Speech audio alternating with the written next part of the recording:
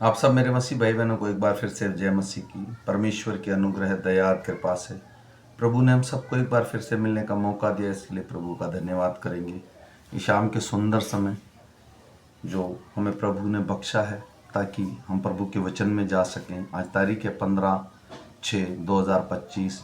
हम शाम का वचन पढ़ेंगे निहमिया की पुस्तक में से 1, 2 और 3 अध्याय। इसके पढ़े और सुने जाने पर प्रभु की आशीष है। जो मेरा बहन भाई मुझे 365 दिन फॉलो करेगा, करीब पूरी की पूरी बाइबल पढ़ लेगा। मैं सुबह नया नियम पढ़ता हूँ और शाम को पुराना नियम।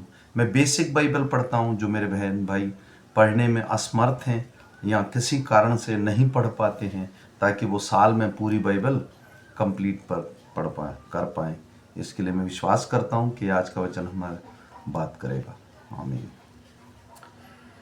हिल्किय्याह के पुत्र नेहमिया के वचन 20वें वर्ष के किस्लेव नामक महीने में, जब मैं शूशन नामक राजगढ़ में रहता था, तब हनानी नामक मेरा एक भाई और यहूदा से आए हुए कई एक पुरुष आए। तब मैंने उनसे उन बचे हुए यहूदियों के विषय में जो बंधुआई से छूट गए थे और यरूशलेम के विषय पूछा। उन्होंने मुझसे कहा, जो बचे हुए लोग बंधुआई से छूटकर उस प्रांत में रहते हैं, वे बड़ी दुर्दशा में पड़े हैं और उनकी निंदा होती है, क्योंकि यरूशलेम की शहरपनाह टूटी हुई और उसके फाटक जले हुए हैं। ये बातें सुनते ही मैं बैठकर रोने लगा और कितने दिन तक विलाप करता और स्वर्ग के परमेश्वर के सम्मुख उपवास करता और यह कहकर प्रार्थना करता रहा, हे स्वर्ग के परमेश्वर यहोवा, हे महान और भय योग्य ईश्वर, तू ही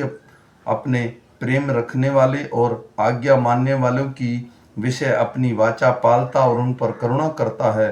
तू कान लगाए आंखें खोले रहे कि जो प्रार्थना में तेरे दास इस समय तेरे दास इज़राइल के लिए दिन रात करता रहता हूँ, उसे तू सुन ले। मैं इज़राइलियों के पापों को जो हम लोगों ने तेरे विरुद्ध किए हैं मैं मान लेता हूँ। मैं और मेरे पिता के घराने दोनों ने पाप किया है। हमने तेरे सामने बहुत बुराई की है और जो आज्ञाएं, विधियां और नियम तूने अपने दास मूसा को दिए थे, उनको मैंने नहीं माना। उस वचन की सुधि ले जो तूने अपने दास मूसा से कहा था, यदि तुम लोग विश्वासघात करो तो मैं तुमको देश देश के लोगों में तितर बितर करूंगा। परंतु यदि तुम मेरी ओर फिरो और मेरी आज्ञाएं मानो, उन पर चलो, तो चाहे तुम में से निकले हुए लोग आकाश की छोर में भी हों, तो भी मैं उनको वहां से इकट्ठा करके उस स्थान में पहुंचाऊंगा जिसे मैंने अपने नाम के निवास के लिए चुन लिया है। अब वे मैं तेरे दास और तेरी प्रजा के लोग हैं, जिनको तूने अपनी बड़ी सामर्थ और बलवंत हाथ के द्वारा छुड़ा लिया है। हे प्रभु, विनती यह है कि तू अपने दास की प्रार्थना पर और अपने उन दासों की प्रार्थना पर जो तेरे नाम का भय मानना चाहते हैं कान लगा और आज अपने दास का काम सफल कर और उस पुरुष को उस पर दयालु कर। मैं तो राजा का प्याऊ था। अत्रक्ष राजा के 20वें वर्ष के निसान नामक महीने में, जब उसके सामने दाखमधु था, तब मैंने दाखमधु उठाकर राजा को दिया। इससे पहले मैं उसके सामने कभी उदास न हुआ था। तब राजा ने मुझसे पूछा, तू तो रोगी नहीं है, फिर तेरा मुंह उतरा है, यह तो मन की ही उदासी होगी। तब मैंने अत्यंत डर गया। मैंने राजा से कहा, राजा सदैव जीवित रहे।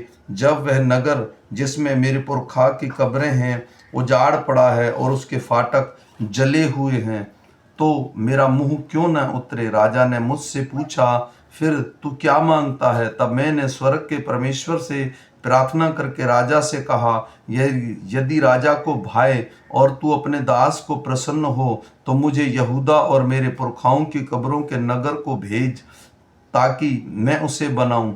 तब राजा ने उससे पास रानी भी बैठी थी मुझसे पूछा, तू कितने दिन तक यात्रा में रहेगा और कब लौटेगा? अंत राजा मुझे भोजन भेजने को प्रसन्न हुआ और मैंने उसके लिए एक समय नियुक्त किया। फिर मैंने राजा से कहा, यदि राजा को भाए तो महानद के पार के अधिपतियों के लिए इस आश्रय की चिट्ठियाँ मुझे दी जाएं कि जब तक मैं यहूदा को न पहुँचूँ तब तक वे मुझे अपने अपने देश में से होकर जाने दे। और सरकारी जंगल के रखवाले आसाप के लिए भी इस आशय की चिट्ठी मुझे दी जाए कि जब तक मुझे भवन में लगे हुए राजगढ़ की कड़ियों के लिए और शहरपनाह के और उस घर के लिए जिसमें मैं जाकर रहूंगा लकड़ी दे। मेरे परमेश्वर की कृपा दृष्टि मुझ पर थी, इसलिए राजा ने यह विनती स्वीकार कर ली। तब मैंने महानद के पार के अधिपतियों के पास जाकर उन्हें राजा की चिट्ठियां दी। राजा ने मेरे संग सेनापति और सवार भी भेजे थे, यह सुनकर कि एक मनुष्य इज़राइल के कल्याण का उपाय करने को आया है। होरोनी, संबलत और तोहबिया नामक कर्मचारी जो अम्मोनी था, उन दिनों में बहुत बुरा लगा। जब मैं यरूशलेम पहुंच गया तब वहां 3 दिन रहा। तब मैं थोड़े पुरुषों को लेकर रात को उठा। मैंने किसी को नहीं बताया कि मेरे परमेश्वर ने यरूशलेम के हित के लिए मेरे मन में क्या उपजाया था। अपनी सवारी के पशु को छोड़ कोई पशु मेरे संग ना था। मैं रात को तराई के फाटक में होकर निकला और अजगर के सोते की ओर और कूड़ा फाटक के पास गया और यरूशलेम की टूटी हुई शहरपनाह और जले हुए फाटक देखे। तब मैं आगे बढ़कर सोते के फाटक और राजा के कुंड के पास गया। तब मेरी सवारी के पशु के लिए आगे जाने को स्थान न था। तब मैं रात ही रात नाले से होकर शहरपनाह को देखता हुआ चढ़ गया, फिर घूमकर तराई के फाटक से भीतर आया और इस प्रकार लौट आया। हाकिम न जानते थे कि मैं कहाँ गया और क्या करता था, वरन मैंने तब तक ना तो यहूदियों को कुछ बताया था और ना याजकों और ना रईसों और ना हाकिमों और ना दूसरे काम करने वालों को। तब मैंने उनसे कहा, तुम आप देखते हो कि हम कैसी दुर्दशा में हैं कि यरूशलेम उजाड़ पड़ा है और फाटक जले हुए हैं।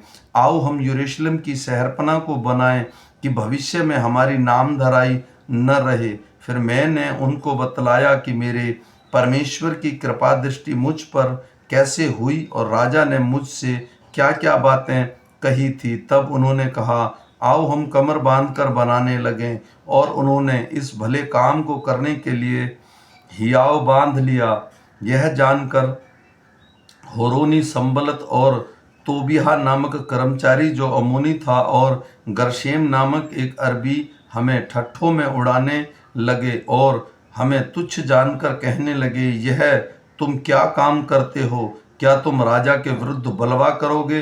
तब मैंने उनको उत्तर देकर उनसे कहा, स्वर्ग का परमेश्वर हमारा काम सफल करेगा, इसलिए हम उसके दास कमर बांधकर बनाएंगे, परंतु यरूशलेम में तुम्हारा ना तो कोई भाग, न हक और ना स्मारक है। तब एलीशिबा याजक ने अपने भाई याजकों समेत कमर बांधकर भेड़ फाटक को बनाया। उन्होंने उसकी प्रतिष्ठा की और उसके पल्लों को भी लगाया और हमुआ नामक गुम्मट तक, वरन हननेल के गुम्मट के पास तक उन्होंने शहरपनाह की प्रतिष्ठा की। उससे आगे यिहारों के मनुष्यों ने बनाया और इनसे आगे इम्री के पुत्र जक्कूर ने बनाया। फिर मछली फाटक का हसना के बेटे ने बनाया। उन्होंने उसकी कड़ियाँ लगाई और उन्हें पल्ले, ताले और बेंडे लगाए। उनसे आगे मरेमोत ने, जो हक्कोस का पोता और उरिया का पुत्र था, मरम्मत की। इसके आगे मशलूम ने, जो मशेज बेल का पोता और बेरेक्याह का पुत्र था, मरम्मत की। इससे आगे बाना के पुत्र सादोक ने मरम्मत की। इससे आगे तकोइयों ने मरम्मत की, परंतु इनके रईसों ने अपने प्रभु की सेवा का जुआ अपनी गर्दन पर न लिया। फिर पुराने फाटक की मरम्मत पासेह के पुत्र यहोयादा और बसोदयाह के पुत्र मशलूम ने की। उन्होंने उसकी कड़ियाँ लगाई और उनके पल्ले, ताले और बेंडे लगाए। उनसे आगे गिबोनी, मल्त्याह और मेरेतोती यादोन ने और गिबोन और मिस्पा के मनुष्य ने महानद के पार के अधिपति के सिंहासन की ओर से मरम्मत की। उनसे आगे हरियाह के पुत्र उजिएल ने और अन्य सुनारों ने मरम्मत की। इससे आगे हनन्या ने और जो गंधियों के समाज का था मरम्मत की, और उन्होंने चौड़ी शहरपना तक यरूशलेम को दृढ़ किया।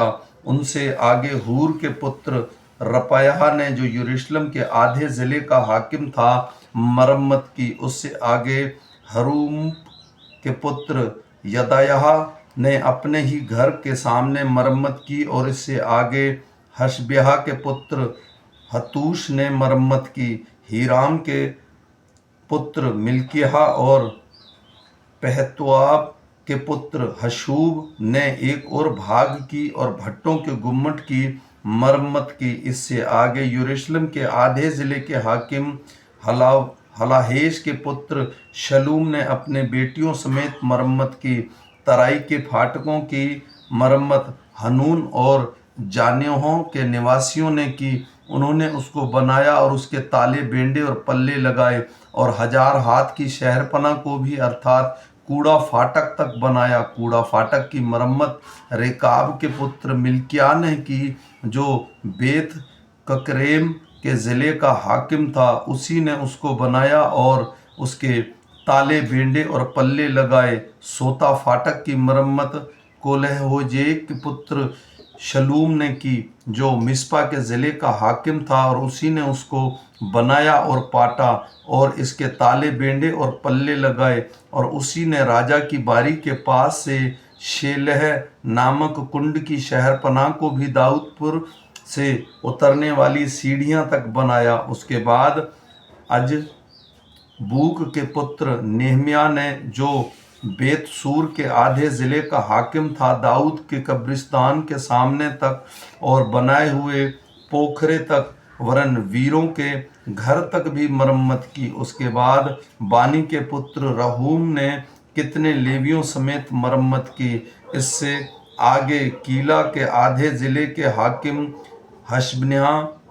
हशब्याह ने अपने ज़िले की ओर से मरम्मत की। इसके बाद उनके भाइयों समेत कीला के आधे ज़िले के हाकिम हेनादाद के पुत्र बव्वे ने मरम्मत की। उससे आगे एक और भाग की मरम्मत, जो शहरपनाह के मोड़ के पास शस्त्रों के घर की चढ़ाई के सामने है, यीशु के पुत्र एजेर ने की, जो मिस्पा का हाकिम था। फिर एक और भाग की, अर्थात उसी मोड़ से ले एलियाशीब महायाजक के घर के द्वार तक मरम्मत जज्बे के पुत्र बारूक ने तन मन से की। इसके बाद एक और भाग, अर्थात एलियाशीब के घर के द्वार से लेकर उसके घर के सिरे तक की मरम्मत मरेमोत ने की, जो हक्कोस का पोता और उरिया का पुत्र था। उसके बाद उन याजकों ने मरम्मत की जो तराई के मनुष्य थे। उनके बाद बियामीन और हशूब ने अपने घर के सामने मरम्मत की, और इसके बाद अजरिहा ने, जो मसीहा का पुत्र और अनन्या का पोता था, अपने घर के पास मरम्मत की। तब एक और भाग की, अर्थात अजरिहा के घर से लेकर शहरपनाह के मोड़ तक, वरन अपने कोने तक की मरम्मत हेनादाद के पुत्र बिनुई ने की। फिर उसने मोड़ के सामने से ऊंचा गुम्मट राजभवन से बाहर निकला हुआ बंदीगृह के आंगन के पास है, उसके सामने उज्जे के पुत्र पालाल ने मरम्मत की। और उसके बाद पेरेश के पुत्र पदायाह ने मरम्मत की। नतीन तो ओपेल के पूरब की ओर जल फाटक के सामने तक और बाहर निकले हुए गुम्मट तक रहते थे। पदायाह के पुत्र तकोइयो ने एक और भाग की मरम्मत की, जो बाहर निकले हुए बड़े गुम्मट के सामने और ओबेल की शहरपनाह तक है। फिर घोड़ा फाटक के ऊपर याजकों के अपने अपने घर के सामने मरम्मत की। इनके बाद इमेर के पुत्र सादोक ने अपने घर के सामने मरम्मत की, और तब पूर्वी फाटक के रखवाले शकन्याह के पुत्र समायाह ने मरम्मत की। और उसके बाद शलेम्याह के पुत्र हनन्या और सालाप के छठवें पुत्र हूर हाहून ने उसके एक भाग की मरम्मत की। तब बेरेक्याह के पुत्र मशलूम ने अपनी कोठरी के सामने मरम्मत की, और उसके बाद मिल्किय्याह ने जो सुनार था नातिनों और व्यापारियों के स्थान तक ठहराए हुए स्थान के फाटक के सामने और कोने के कोठे तक मरम्मत की, और कोने वाले कोठे से लेकर भेड़ फाटक तक सुनार और व्यापारियों ने मरम्मत की। आमीन। मेरे भाइयों और बहनियों, ये नेहमिया की पुस्तक में से जो नेहमिया ने राजा को कहा और इज़राइल की शहरपना को बनाया। मेरे भाइयों और बहनों, हम फिर मिलेंगे सुबह के वचन के साथ। तब तक परमेश्वर का अनुग्रह, कृपा और दया हम पर और हमारे परिवारों पर अब से लेकर अनंत काल तक होती रहे। सब मेरे भाई बहनों को जय मसीह।